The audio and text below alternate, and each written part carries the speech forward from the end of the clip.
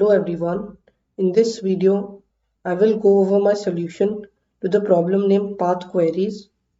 This problem is taken from a Codeforces Div 3 contest and is rated 1800.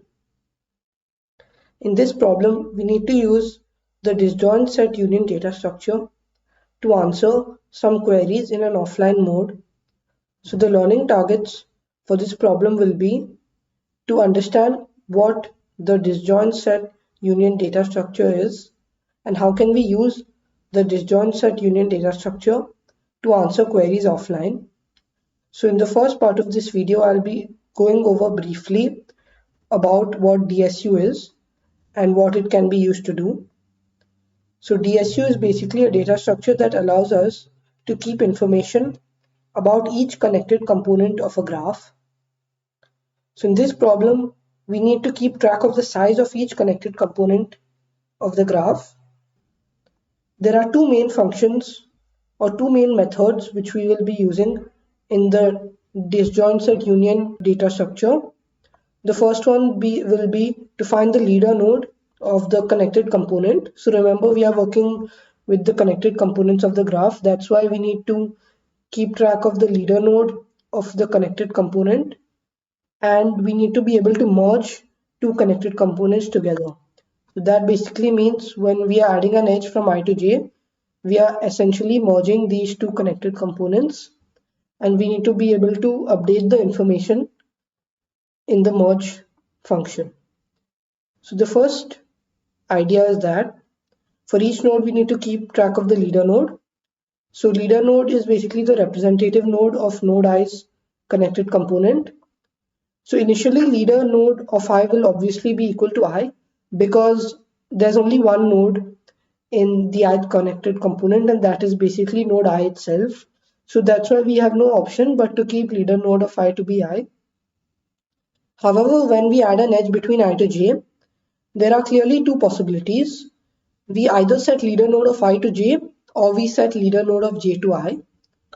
And this is because the leader nodes for I and j can either be I or j only.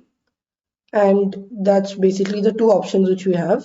There's only one representative node, that's why we need to do only one of these two. We can't do both of them. And the second idea is that we need to keep track of the size. So this is the second information that we'll be keeping track of, which is the second attribute of the DSU function or the DSU class. So size of I represents the size of the ith node component. And again, let's go back to the example in which we had an edge from I to j. So realize that we can first set the leader of I to j or leader of j to I. And whenever we set the leader of j to I, that basically means that when we are setting the leader of j to be equal to I, then we know that I is the representative node. And because I is the representative node, we need to update the size of I to increase by the size of j. And you could also do leader of j or leader of I to be j and increase the size of j, because in that case j would be the leader node and j would keep track of the size of that node's connected component. So we are using the leader node to keep track of the size of the leader node's connected component.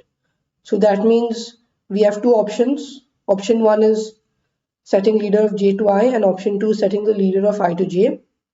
And in both cases we update size of I or size of j appropriately. And we are doing this in this manner because the size needs to be updated only for the leader nodes of each connected component. And because it's only the leader nodes which are responsible for the size information, we can update only the leader nodes in both the options. And both of the options are perfectly valid. You can use either of these two options. That takes care of the second function, which is merging two connected components.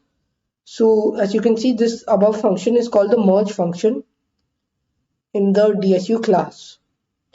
The second function which we need to do, which is required, is finding the leader node. of each connected component, and that is basically done by having a recursive function find leader of I. And the idea is that if the leader of I, the current leader which was set initially to I, is actually equal to I, then we know that I is the leader node and we can basically return I itself. So I is the leader node of its connected component. Otherwise, we know that I is not the leader of its connected component, and hence we need to do a recursive call to find leader with leader of I as the argument.